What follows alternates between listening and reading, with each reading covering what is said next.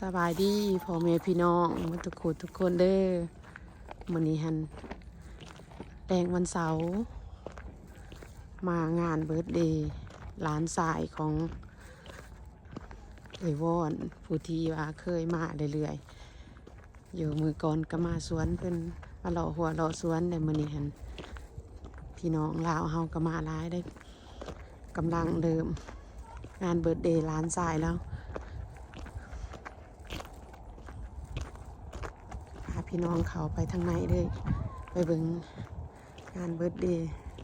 แต่เพิ่นก็อากาศหนาวพี่น้องเอ้ยเย็นส่วนร้ายยามนี้เพิ่นก็สิจะอยู่ในเฮือน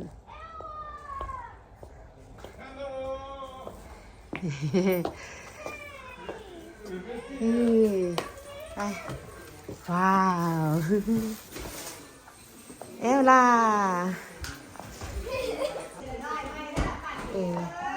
ดีมีอาหารลาวเฮาสิ่งที่ขาดบ่ได้ตำบักหุ่งพี่น้อง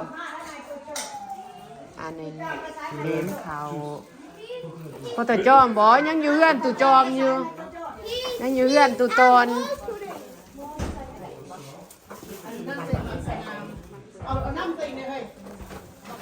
อยู่เฮือนอันไอ้จอมจะยังอยู่เฮือนในโตน Everyone go บูฮู เวนจียังบ่ทันมาเวนจีไปตลาดลูกไปตลาดบ่มากติบ่ละเฮ็ดข้าวต้มบ่นี่ละเฮ็ดใส่ซองแข็งไว้บ่นี่เอ้ยงานเบิร์ธเดย์ถ้าเวนจีร้านน้อย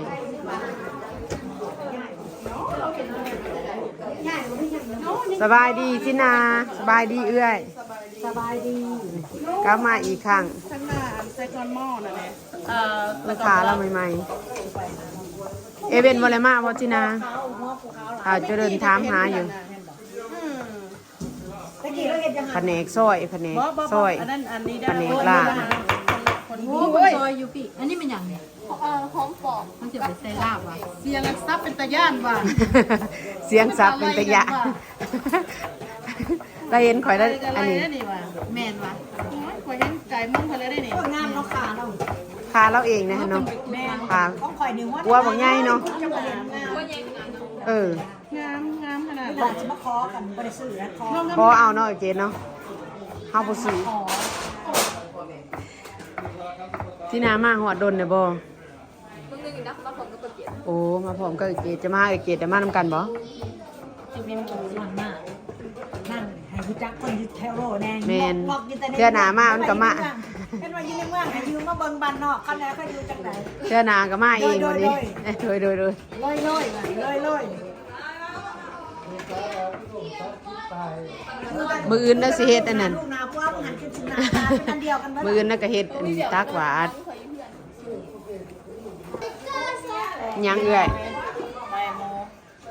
ไอ้ยังแน่ยังเป็นไข่อยู่เอื้อยข้าวซองตำบักหุ่งเราเป็นตะแซ่บเนาะเดี๋ยวน้องก็นั่งกินน้ำมาที่นาเฮาหอมที่หนังเอื้อยสิเอาอาหารไปกินก่อนวันนี้พี่น้อง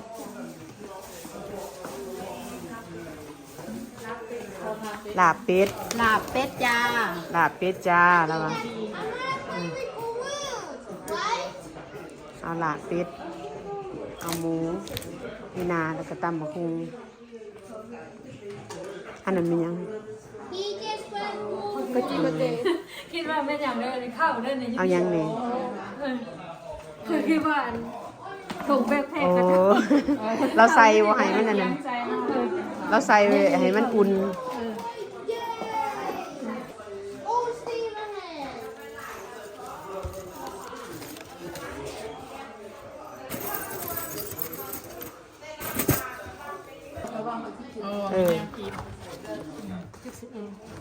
ลาบเป็ด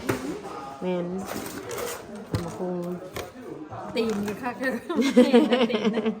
หมูกับนักบินเองบ่ซื้อมันซื้ออยู่แถบฟงนั่นน่ะ ไปซื้อนี่แบบ มันซีเอ็นมอง หวานตำบักหุ่งเป็นจะเป็นหอมเนาะเลยเนาะ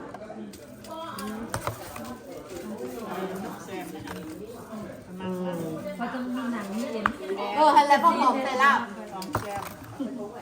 เอาใส่ถุง10ล็อกเนี่ยไว้นะนี่เอาใส่ถุง10ล็อก เจลอะที่ว่าอัน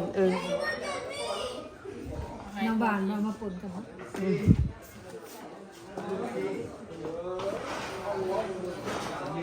ไม่ยังอันเจ้าอันนั้นหอมบออันนั้นตัวนี้ตัวมันเหลือนะตัวมันเหลือคอยใส่ลาบนะแหนมแซ่บนะแหนม สิกินอันนี้น้ำสิกินลายค่ะคุณเนาะแนวอาหารมีแต่แนวเป็นเกษตรจะมานางกินน้ำกันบ่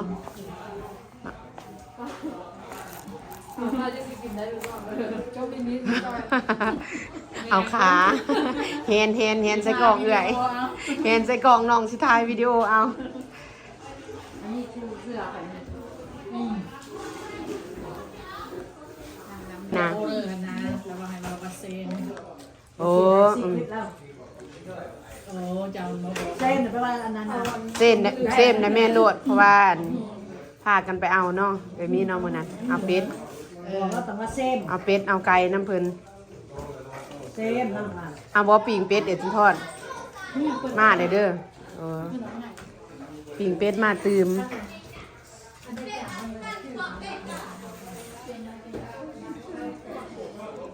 Diane, Jordan. Come get your pig. โอเคเพิ่นว่า Yeah, take this. Yeah, can you eat it? Yes. Are you gonna eat it? No. no I just play with my pen มันนะ กินบ่บ่ บ่ I just play with my pen มันนะ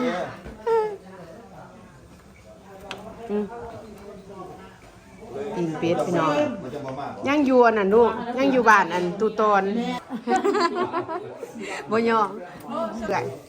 จะว่าสบายดีเมืองพะบะโอ้สบายดีเมืองหลวงมันหันเดือย คือบ่ เบาเบิ่งเอ้ย เดี๋ยวมาให้ลุงแน่นี่ เบาเสียงเจ้าหันเดือย ลุงเดี๋ยว เอา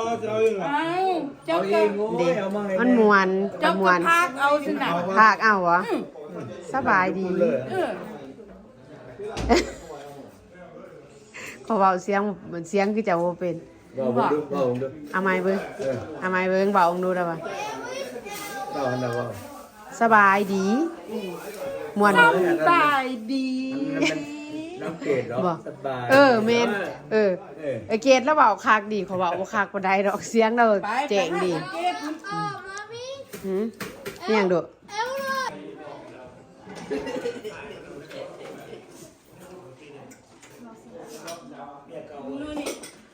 พี่น้องลาว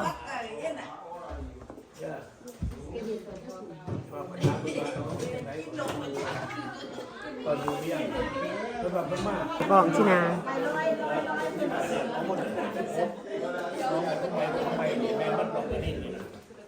แซ่บๆได้ข้าวจีปะติ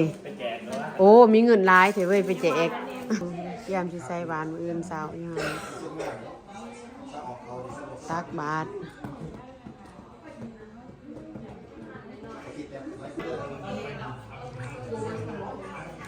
สิมาแขนต้นแบบนี้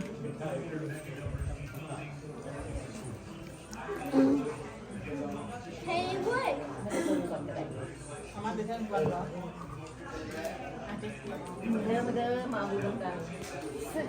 มาเอาบุญน้ำกันเด้อพี่น้องมาแขนต้นเกี่ยมแขนต้นใบมืออื่นแล้วก็สิแขนต้นบัดนี้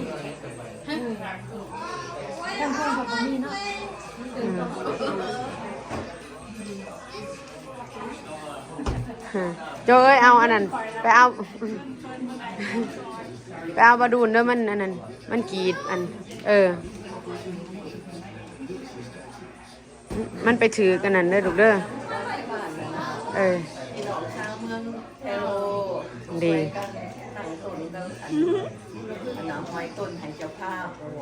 น้องอันนี้เราก็ปากอยู่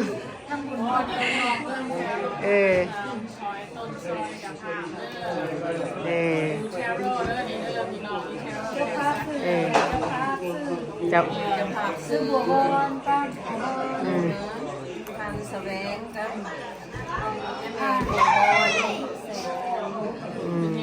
บุญเงิน เฮ็ดบุญอยู่เฮือน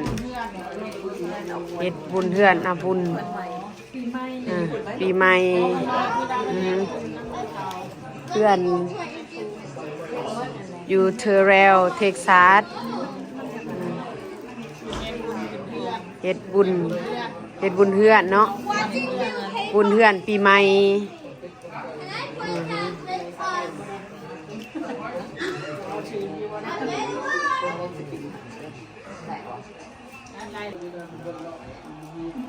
เฮ็ดบุญปีใหม่บุญคืนเฮือนซื้อเจ้าภาพเป็นนั่นเจ้าภาพเป็นไอ้แวงไอ้วอนเฮ็ดบุญคืนเฮือนบุญอาจารย์มาสูตรเนาะ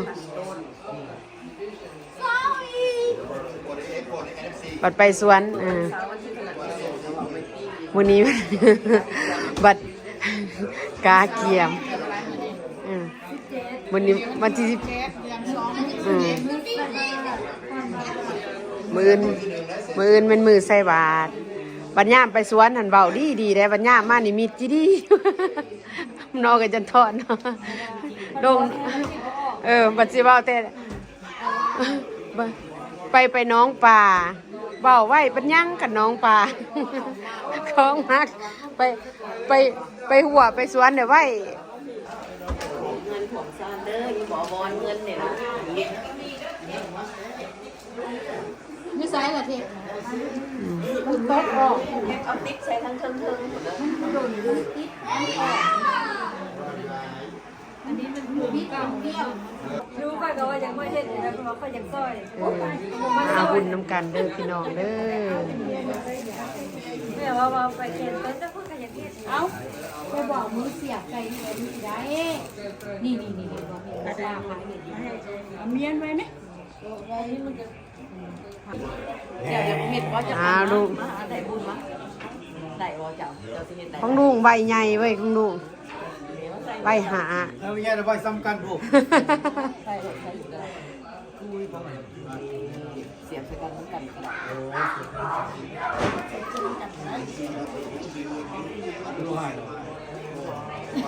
ใบใหญ่เลย เอาไหนแก้วเห็นไป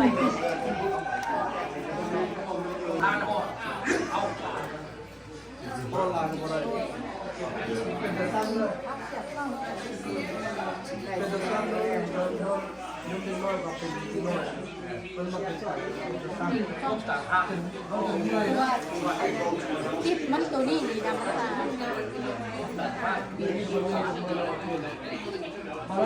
ต้นนี้มันป่าเพราะว่าผมมีหลายที่มันเรามาเทมาใส่เนาะเรามาเทมาใส่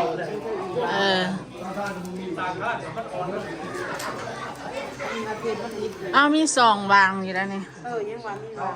เห็นบ่มีบอลหอยอยู่เทมหาเทมมาใส่เอาอยู่ในรุ่นน้ำมันบอกอยู่แล้วว่าเทมใส่เบิดคูลงน้ำโอ้ไปหาผู้สาวใหม่ว่าสันสมวันเนี่ยนะขอจะเอาไว้เป็นหลักฐานจะว่าโอนี้เลิกกันแต่ว่าเวิร์ดมือเวิร์ดเว้นนะหันสงสัยเขาบอกไปซื้อได้ยังไปพิกอะไรบ่เป็นยังดอกไม้ใบอันนั้น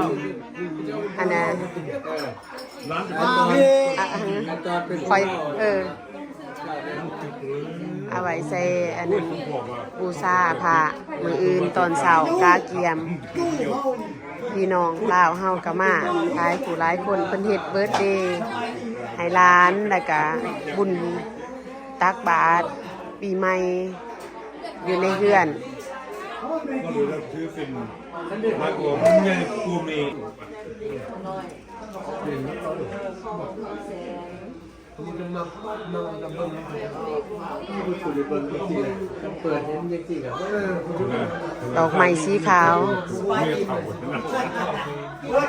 ขา วายเมื่อเด้อใหญ่เด้อวายไปที่เหอะกระแดนผ่าลูกเมื่อก่อนเด้อว่าสันลูกไปเหอะป่าไปเมื่อก่อนเด้อป่าเด้อเมื่อก่อนมาใหม่มืออื่นเลยขอบใจได้หลาย ไปกระเด็นมาไปกระเด็นมาไปอักป่าไปเหอะกระเด็นมาไปวันนะไปมืออื่นจังมาเลย